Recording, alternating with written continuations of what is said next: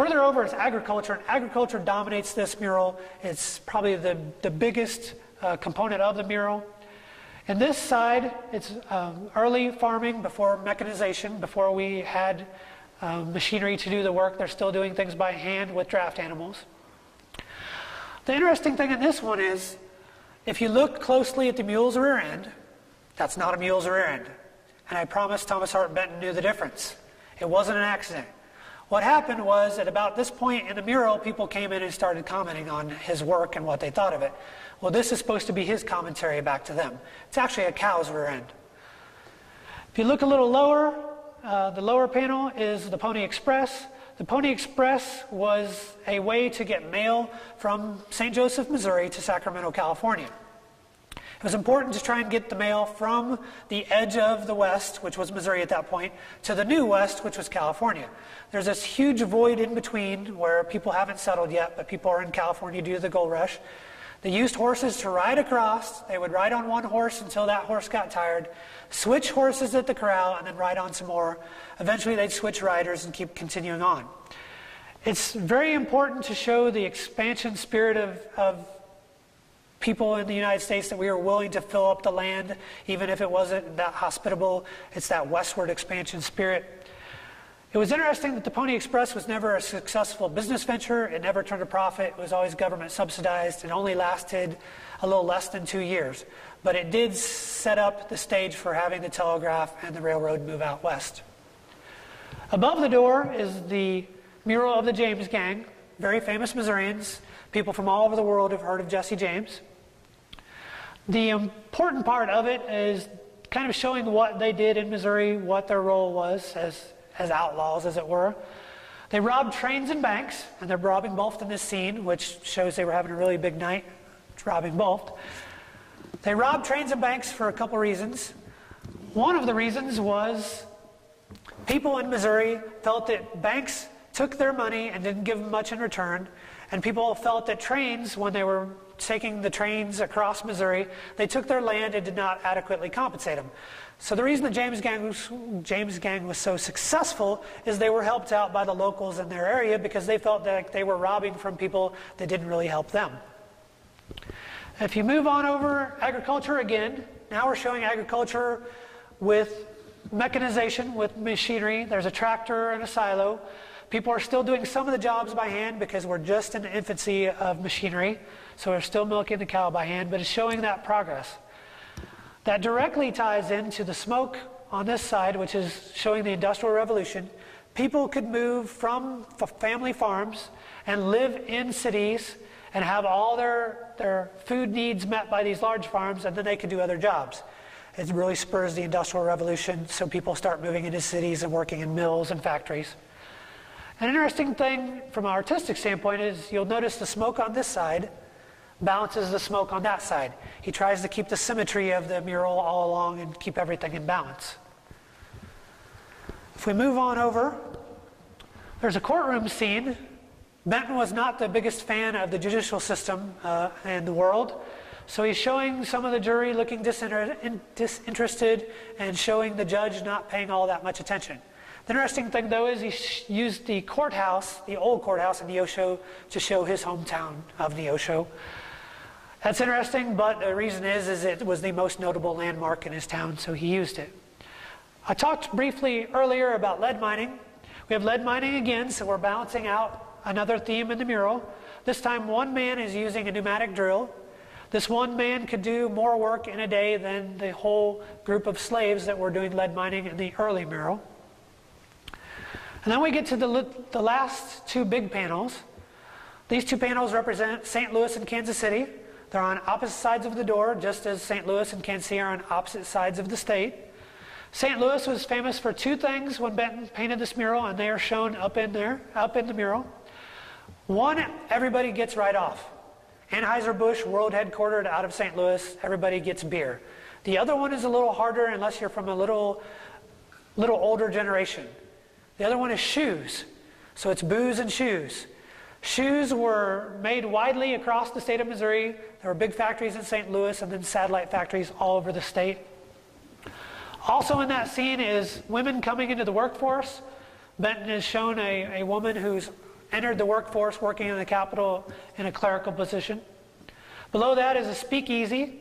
Speakeasies were very popular during the time of Prohibition when alcohol was outlawed. You had to go to the speakeasy, knock on the door, give a password, and then they'd let you in to go to the club. Above the door is Frankie and Johnny. Frankie comes into the bar, finds her beloved Johnny talking to another woman, and shoots him dead. It's based off of a famous folk song from the 1930s, and Benton put it in there to illustrate some of our folk life. The last big panel is Kansas City. Kansas City was famous for two things during this time period, although there's a third one that I give people credit for. The first one is the stockyards. Stockyards and the beef industry were popular because the cattle drives would come from the southwest. They would drive the cattle up to Kansas City, hit the big stockyards, and then put them on railroad cars to go east. The other one is harder to pick out. It's the pharmaceutical industry. You can see it with the beakers, the pharmaceutical stuff to the left of the mural. Kansas City still has a pharmaceutical industry that's prevalent. It's just not one of those things that's widely seen by the public. The third one that's not technically in there as one of the two elements but is considered one is political corruption. Boss Tom Pendergast is featured prominently in the foreground of the mural. He was the political boss for Kansas City. No politician in that part of the state got their start without his stamp of approval while he was in power. And they're showing a little bit of a scene where he's holding a political rally.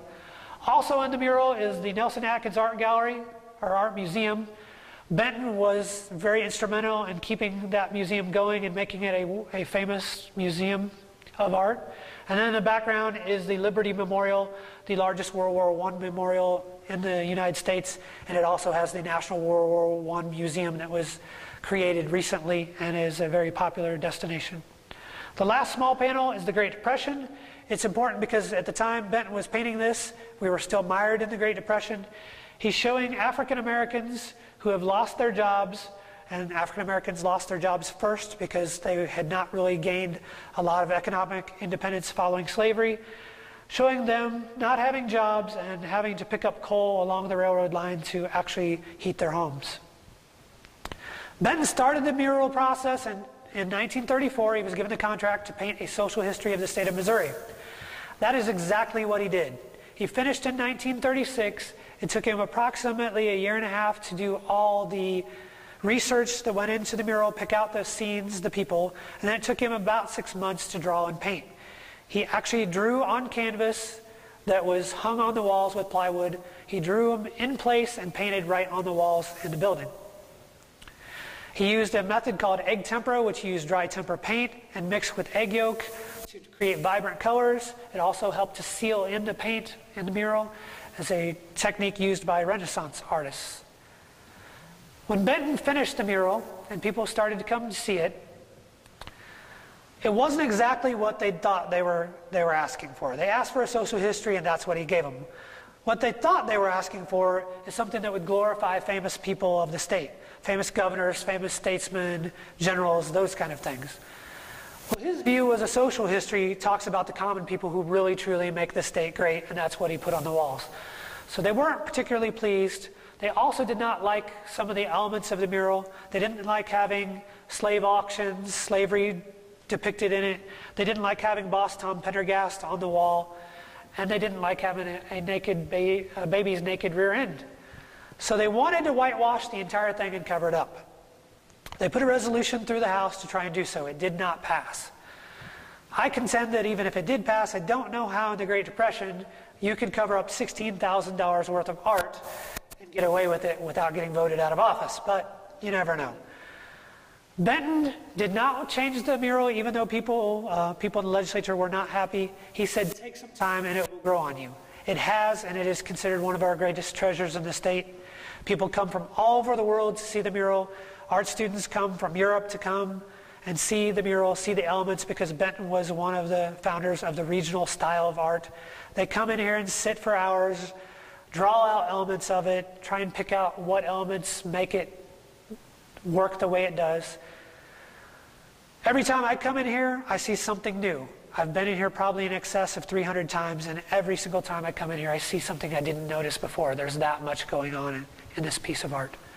We welcome everyone to come see it. During the week, it's open to the public to come in. On weekends, you have to take a guided tour and go with one of us. But it is Missouri's. It belongs to all the people of the state of Missouri, and it is a treasure for everyone to come see. Part of the standard tour when you come to visit the Capitol is to come to the House chambers so you can see what the legislative body does, see what their chambers look like. We talk a little bit about state government and how it works. We try and educate the people on how all the governmental pieces fit together.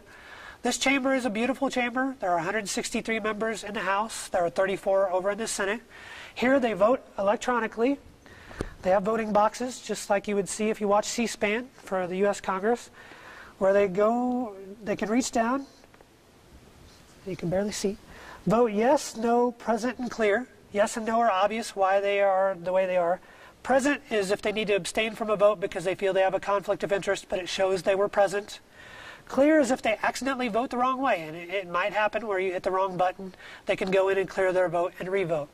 It shows the tallies of the voting up on the electronic boards. Their names light up and show how they voted so everyone can track. Also, all that kind of material is published for the masses on the websites. The chamber is a large, beautiful chamber meant to illustrate Missouri's place in the United States, show how we fit in. There's artwork to illustrate our virtues. There's stained glass on either side that espouse some of our greatest virtues: enterprise, progress, honor, truth, virtue, charity, and temperance.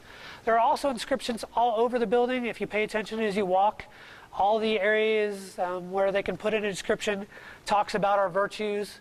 This building is meant to be a symbol of Missouri's virtues and what we hold dear. On the Senate side, you can see a little difference from the House side. The chamber is a little smaller because there are fewer members. There are only 34 on this side. And this side is kept with tradition a little more in that they only vote by voice vote. They don't have an electronic voting system over here. So every time they have to vote on something, they call the roll and vote and take down their names and tally the votes each time. This side, they have not actually included laptops yet, which I think kids would find interesting. On the other side, they do use laptops, but they've decided to stay with tradition, and there are no laptops in this chamber. Also, the use of cell phones and other things is strictly prohibited and causes the person at the podium to get very upset when a cell phone rings. So if you come and visit and sit in any of the chambers and the visitors' galleries, make sure you turn off your cell phones.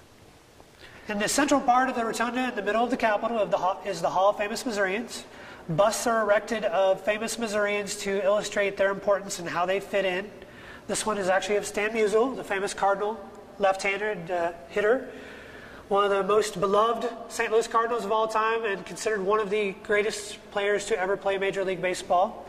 It's just an example of one of the busts. There are also Mark Twain, Harry Truman, General Pershing, all have busts to illustrate how they fit in.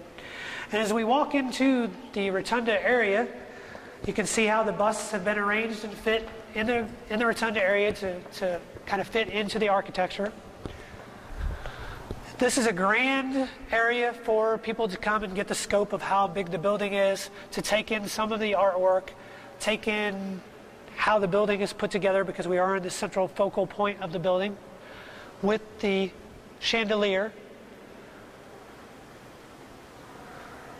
The one thing that most people don't realize is that Missouri's Capitol is made almost exclusively, with a small couple exceptions, of Missouri stone. If you look down at the floor, this is Carthage marble, which is essentially a polished limestone from Carthage, Missouri. And on the walls is the Phoenix marble, which is from a quarry called the Phoenix Quarry. And you can see the subtle differences in the kinds of limestone that they are and how they're put together. The Carthage marble is actually used in public buildings all over the United States. The Tennessee State Capitol has it in its flooring, and the Field Museum in Chicago actually has some of this as its flooring. So you can see some of our resources have made it into public buildings all over the United States. I want to invite everyone to come visit the Missouri State Capitol. It is your capital. Our staff is willing and able to provide great tours of the building. We do it every day of the week, and we would welcome people to come. To get more information, visit our website. Thank you, and I've really enjoyed it. Thank you, Kurt. Really appreciate it.